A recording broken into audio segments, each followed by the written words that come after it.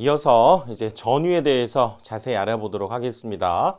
자, 전위는 전기적인 위치 에너지를 뜻하죠. 그래서 electrical potential energy, 그래서 전기적인 위치 에너지입니다. 그래서 우리 땅의 전위를 우리가 기준 전위 이렇게 해서 0V 이렇게 했을 때 그것과 이런 위치 에너지가 자, 5V 차이가 난다. 이렇게 위치 에너지의 차를 나타낼 수가 있고요. 또 얘가 만약에 대지와 이렇게 2V 차이가 난다. 이런 것이 이제 전기적인 위치 에너지를 의미합니다. 그렇다면 이 둘 사이의 전위차도 우리가 생각해 볼 수 있겠죠.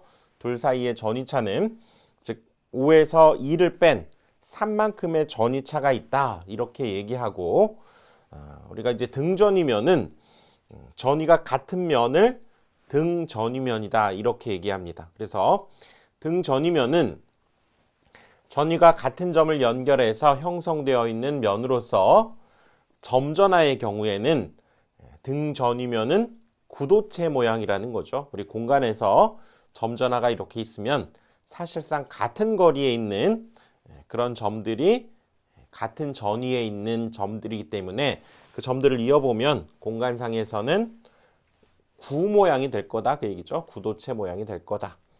그래서 이 점전화와 같은 등전위를 이루고 있는 면들을 이렇게 생각해 보면 걔는 구도체 모양일 것이다 그 얘기죠. 그래서 같은 거리에 있는 점들을 우리가 쭉 모아놓은 거기 때문에 공간상에서는 구도체를 이루고 있을 것이다 그 얘기죠. 그래서 이 등전위면은 폐곡선 또는 폐곡면 이렇게 얘기하죠. 즉 닫혀져 있는 곡선으로 이루어져 있고 서로 교차하지 않는다는 거죠. 우리 이런 등전위면이 이렇게 되면서 또 뭐 이렇게 된다 이런 경우는 있을 수 없다는 거죠. 서로 교차하지 않고 전기력선과 상호 수직으로 교차한다. 그래서 우리 이건 구도체 여러분 생각하면 구도체 도체 표면에서 전기력선이 이렇게 수직으로 들어오거나 나가거나 전기력선 생각하면 되죠.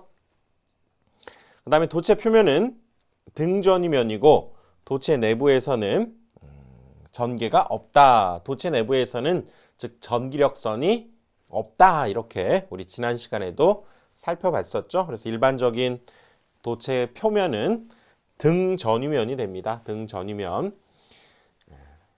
그래서 자 이제 전위를 우리가 전기적인 위치 에너지라고 했는데요. 이것의 엄밀한 정의는 어떻게 되냐면 자 이렇게 플러스 Q 쿨롱이 있다고 합시다. 이쪽에서 자 무한대 거리만큼 떨어져 있는 곳에 자 단위 전하 1쿨롱짜리 전하를 의미하는 거죠.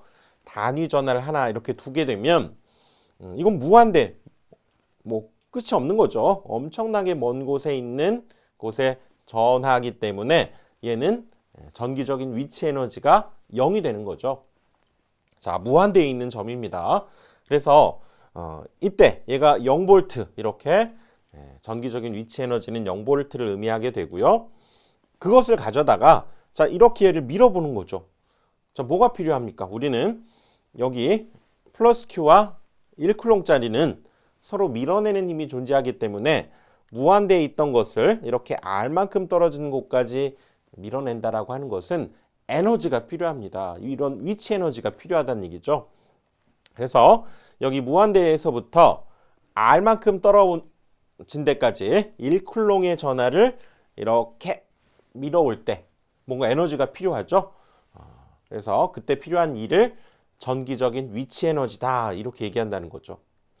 그래서 자 우리 W는 QV 이거 회로 이론 시간에도 살펴봤는데 W는 QV에 의해서 자 V는 Q분의 W 이렇게 얘기할 수 있죠.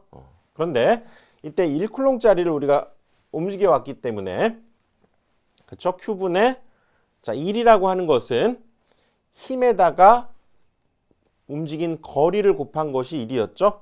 그래서 여기다 1쿨롱을 이제 대입을 해보면 다음과 같은 과정에 의해서 역시 자 이것은 제가 강의한 다른 강의 목록을 보시면 자세하게 설명해 두었습니다. 여기에서는 결론만 우리가 받아들이고 가기로 했기 때문에 결론은 이렇게 힘을 무한대에서부터 R까지 이렇게 쭉 밀어오는 그 E를 우리가 적분한 거에 의하면 그때의 전이라고 하는 것은 결국 4파 엡실론 R분의 Q라고 하는 이 공식을 얻어낼 수가 있습니다. 어서 많이 본 공식이죠. 4파 엡실론 R분의 Q. 그래서 자, 무한대에서부터 여기 P점까지, 즉 여기에서부터 R만큼 떨어진 곳까지 이동시켰을 때 그때의 전기적인 위치 에너지 우리가 전이라고 하고요. 4파 엡실론 R분의 Q 이렇게 됩니다. 그래서 우리는 4파 엡실론 제로분의 1 알고 있죠? 쿨롱 상수 99콘 9 곱하기 10의 9제곱이고요. 거기에 이제 R분의 Q만 남으니까 이렇게도 표현할 수 있게 되겠죠.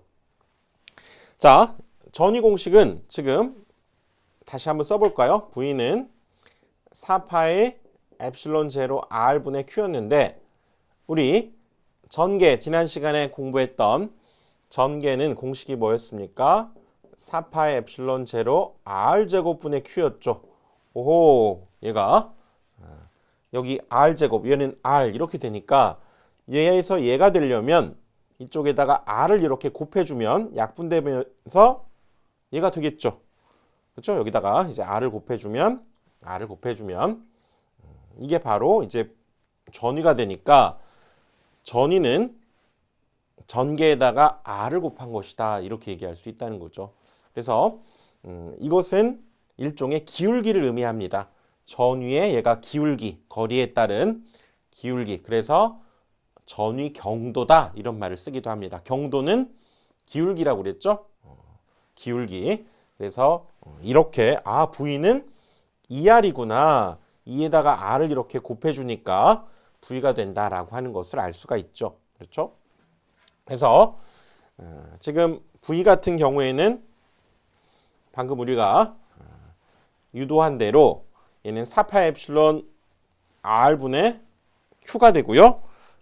E는 4파 엡실론 R제곱분의 Q였죠. 즉 여기에다가 R을 곱해주면 얘가 되기 때문에 V는 ER이다 이렇게 됐었고 또 앞에서 우리 공부했던 쿨롱의 힘도 지금 보시면 여기에서는 Q1, Q2 얘와 다른 점이 Q1, Q2 이런 공식이었었죠. 자, 이제 전위차로 한번 가보면 플러스 Q에서부터 RA만큼 떨어진 곳에 이 A라고 하는 전하가 이렇게 있을 때 그리고 또 RB만큼 떨어진 곳에 여기 B라고 하는 이런 전하가 이렇게 있을 때 둘 사이에서는 각각 전위, 여기서의 전위 이렇게 우리가 생각할 수 있겠죠. 그래서 이 A점에서의 전위와 B점에서의 전위를 각각 구할 수 있다면 둘 사이의 전위차, 전위의 값이 서로 다르겠죠. 그때의 차, A에서의 전위, B점에서의 전위의 차를 우리가 VAB 이렇게 나타낸다면 이게 바로 두 점의 전위차다 이렇게 얘기할 수 있는 거죠. 그래서 이 A점에서의 전위는 4파 엡실론 제로 공기 중이라면 4파 엡실론 제로 RA분의 이 길이를 RA라고 지금 우리가 가정했기 때문에 RA분의 여기 Q에 해당되고요. B점에서의 전위는 4파 엡실론 제로 역시 RB분의 Q가 되겠죠. 그 둘을 뺀 것이 바로 전위차가 되겠습니다. 이렇게 해서 전위차를 각각 구해볼 수 있는 거죠. 그래서 여기에서는 4파 엡실론 제로분의 Q로 묶어낸다면 또 이렇게 묶어낼 수도 있겠죠. 자, 이렇게 해서 지금 이번 강의 전위에 대한 개념을 살펴봤고요. 다음 강의에서 또 전개와의 관계 또 생각해 보겠습니다.